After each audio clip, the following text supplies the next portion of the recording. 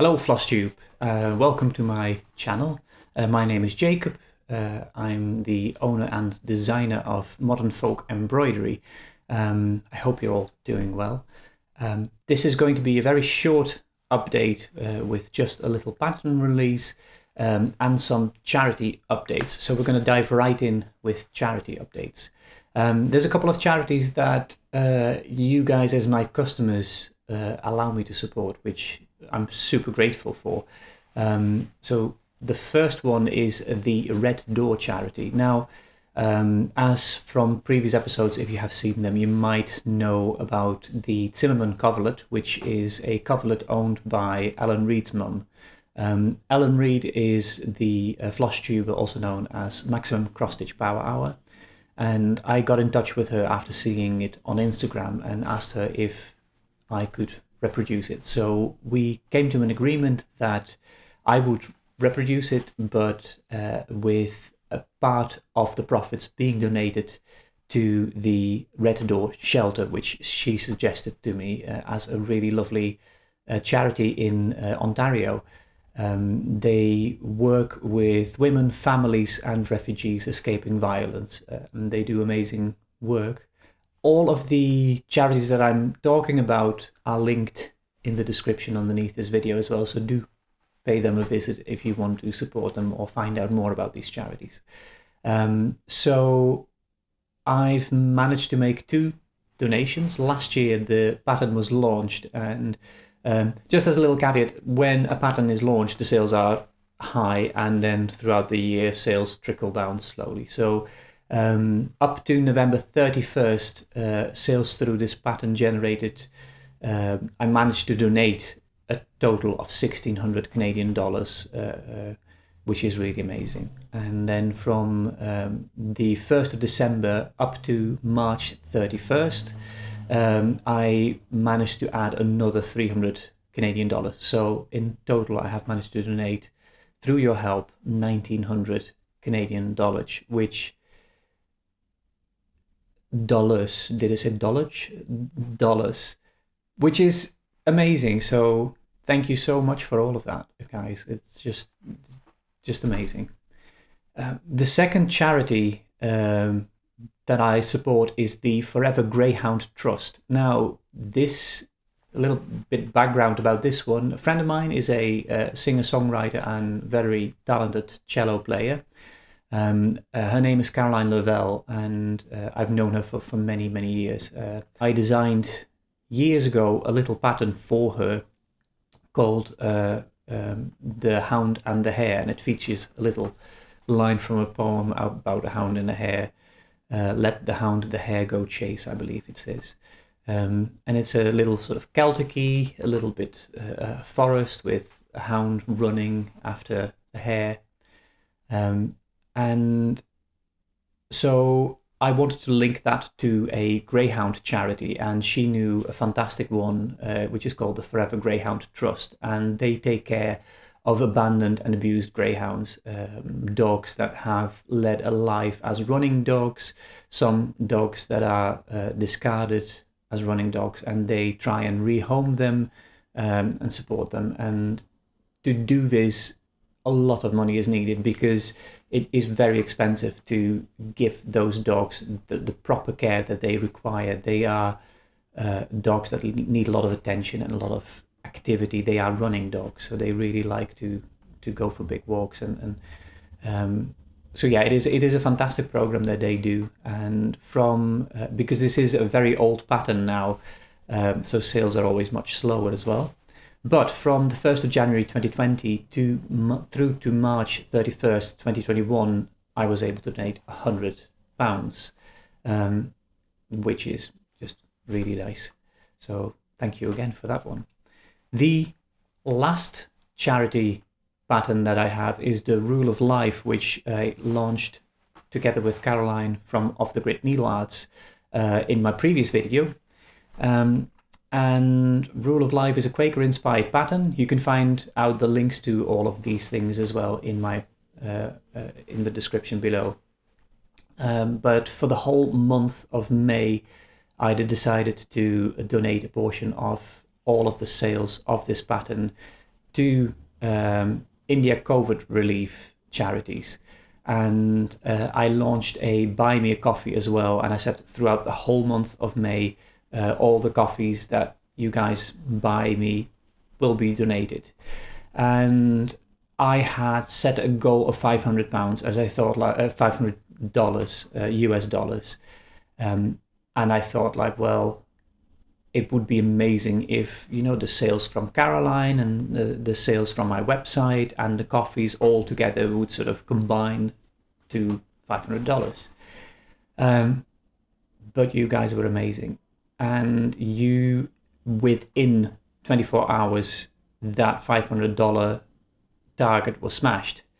So I decided to then just change the goal to $1,000, and I managed to smash that as well. So up to the 10th of May, there are more sales, but again, the first couple of days are always the busiest, and then sales trickle down a bit again. But I have managed to make a donation because this was quite urgent and I wanted to get the biggest chunk out first. Up to the 10th of May, I managed, through the coffees, through the sales from Caroline of Grit Needle Arts, and through the PDF sales on my website, and some other shops that have purchased within this period patterns to sell in their shops, a total of US dollars 2,175.13. I rounded this up to 2,200 US dollars to make it a nice amount, which I could split between 5 different charities. And so I have donated to these 5 charities, and I will read them from the screen as well. The first one was Help Patients Breathe. It's a charity that takes care of the oxygen need, which is really dramatic at the moment. And it's very, very urgent, that charity. So I managed to donate $1,000 to the first one. And then the other ones, they were smaller amounts that I donated to where I thought as it was needed. There was cash support for poor families. I managed to donate $350 to that one. Donating food to needy families, another $350. Help set up COVID care centers for those who really require it in India. That was another $350. And the last charity is a really important one, and they managed to get their goal, which is fantastic. That was getting sanitary napkins to girls and women in communities where, through the whole crisis, all of these really basic necessities have completely sort of, they just couldn't get them anymore. And it's such a basic hygiene issue, and it is of such importance. So I donated $150 to that one. So that was a total of 2,200 US dollars. Now, the coffee scheme is still on, and I'm just waiting for the whole month to finish before I tally all of that up, and all of the sales and all of the extra sales that Caroline generated, and some other brick and mortar stores in the US as well. So I hope to be able to share with you the grand total of the donations that, thanks to you guys, I have been able to make. So honestly, you've really, I was blown away. I was quite speechless when I saw how wonderful the messages were that I was getting from people, and it was very moving. So thank you so much for that. The second thing that I wanted to share in this video is a couple of new releases. Now I've got one new pattern, which I'll just start with that one actually. So it's a small pattern. It's a Swedish Bonnet, a Bonnet, I think it's pronounced. And it's the tradition in Sweden was since the Middle Ages to have painted canvases or paper pieces hanging in your little cottage or farmhouse for special occasions, and it would give a little bit of color to a house that was otherwise quite dark with small windows, because these houses had small windows to keep out the cold Nordic winters, of course. And even if it was like an inside interior, just imagine that you have like an open fire, so it is quite sooty. There would have been quite a bit of wood. So the houses themselves were quite dark inside. So to have this splash of color must have been really festive. So throughout the 18th and 19th century, these things really sort of they had like a flourishing period. And after that, the tradition sort of shifted more to, probably also because of craft education in schools and things, to actually making little embroidered cloths with a little bit of flowers on them and a little nice Swedish saying, and you would hang that on your wall in your house. And this is a tradition that's still kept up kind of in Sweden. You can still find them in a lot of houses. They have a little saying cloth, which is really sweet. So I took inspiration again from Hälsingland in Sweden, which is a area where they make beautiful red embroidery work, and it is always really inspiring to me. So that's where I took the inspiration from the border. Now, for the artwork, basically the pattern comes in a way that it is a chart, and there's no saying in the center. So the pattern is just split over 4 pages. You can tack them together if you want, if you print them out. And then you can draw in your own words, whatever you find inspiring on the pattern. It comes with a full alphabet and decorative elements as well. So if you have a very short saying, you can use a few separating banners or something like that that fits the pattern in style. For the cover artwork, I used a really lovely quote, which is attributed to Ralph Waldo Emerson, and he was a 19th century American thinker and essayist, and it reads, "Happiness is a perfume you cannot pour on others without getting some on yourself." And I really like that. So with the quote from Ralph Waldo Emerson, I can't find anywhere where it actually mentions where the quote is from. I don't know who attributed this, but it seems to be one of those sort of perpetuating things on the internet that everyone sort of attributes it to him, but I just wanted to get that out there. So yeah, it's a beautiful quote. I really like it, whether it's by him or not. So that's the new pattern. Sorry, I'm very chaotic today. Because there is a really, really exciting collaboration with Caroline from Off the Grid Needle Arts and also evertote.com, and the lovely Carrie from Leo and Roxy Yarn Company, and she is going to be dyeing exclusive threads and linen for a period reproduction sampler that I am working on, and this one will be available exclusively through Caroline from Off the Grid Needle Arts. So you can buy that on evertote.com, and it's super exciting. So I will not share the sampler yet with you, but it is a small sampler. It is, let me just get those details here for you so I can read that out. The chart is 150 crosses high and 115 crosses wide, so it is not a big sample. It's a very nice project to work on. It should stitch up quite quickly. It will have 7 exclusive, wonderful colors dyed by Leo and Roxy. And Carrie is also going to dye linen with that. So there will be 2 options. You can stitch it on 28 count, which is very close to the original sampler size linen that the girl stitched it on, and a 32 count. And it's going to be really, really beautiful. I'm super excited about it. I've done a lot of research into the girl because she stitched a whole set of family initials, and the beauty was that she had both parents' initials in a little circle thing, and then her siblings, they were completely chronological. So once I had those names down, including middle names of some of them, it was with absolute certainty that I could attribute the sampler to this particular girl.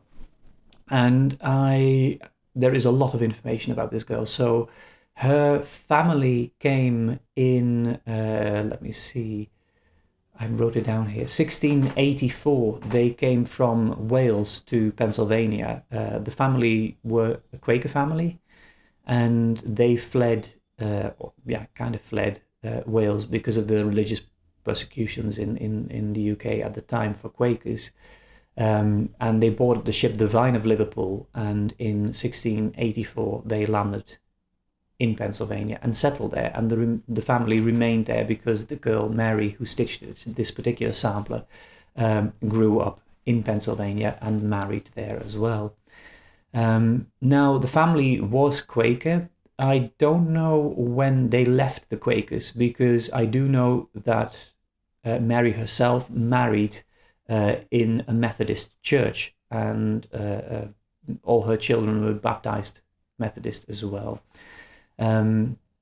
Herself, I can't find out a lot about her as whether she was Methodist from birth onwards. My suspicion is she was. I think her father might have left the Quakers. Her grandfather was still in the Quaker yearbooks, but her father is not, and so I that's my suspicion. But there's a lot of history there.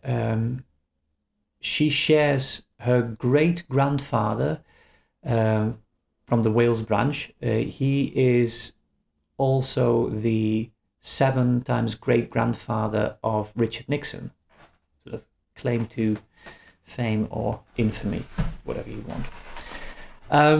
But it is very exciting. If you go to evertote.com, you will be able to start pre-ordering this kit. It will be a kind of a mystery right now.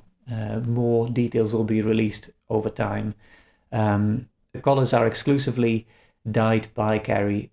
I made a selection of colours that I really like. The original sampler is so tremendously faded that it is very, very hard to tell what the original colours might have been. So it is I've sort of made up colours that work really well with the nice linen that Carrie is going to dye as well, and I think it's going to be very beautiful.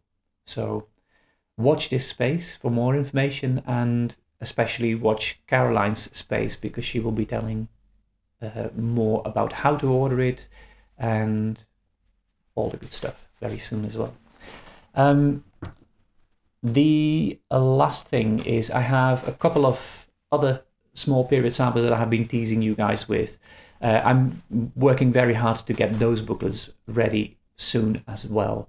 So there should be quite a few samplers for Sampler September. So you can all stock up on those. The last period sampler that I have coming up, and I'm sort of aiming for a summer release of that one. I think it will probably be, it might be this coming month, but I can't guarantee that. I really do want to try and release that this month, but it's complex to release that one.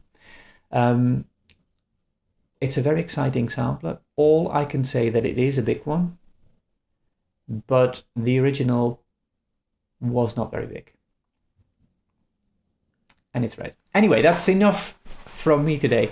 The last thing that I want to say, because I've got another video, actually like a proper Flosstube planned as well. And I noticed that I actually never did like a full introduction thing, like personal information about me, what films I like, what music I listen to, all that stuff. And I thought it would be kind of fun to, instead of reading the sheet that lots of folks use, which is great, I thought like you guys can ask me questions. So personal questions, not stitching related. Of course, if you have stitching related questions, that's good as well. But if you want to just ask me something about what my favorite film is, what books I read, what I do in my spare time, just general stuff you would like to know. Can't guarantee if I answer everything, but fire away, put them in the comments below, and I'll try and tag them into the next one. The next video will be very exciting because I am going to answer 2 questions that I have been getting a lot about letters ensembles. And I have a very exciting interview with Dorothee from Historische Stickmuster. She's a special guest on my next episode, and I'm super excited to share that one with you, because I've recorded it many weeks ago, and I had planned to bring you that episode ages ago, but because of the charity sampler thing, that took a little backseat. So I'm going to be doing that hopefully next week. I will try and record that video. So I think I have said everything I wanted to say. Just checking my check sheet on my computer that I have here. Yes, that's everything I have to say today. So if you enjoyed it, make sure to give it a little like, subscribe to my channel if you haven't already, and if you want to be notified of when a new video is out, make sure to ding that little bell as well next to the subscribe button, because that will actually notify you within YouTube when there's a new video.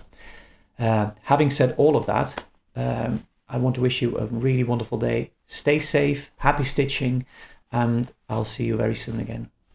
Goodbye.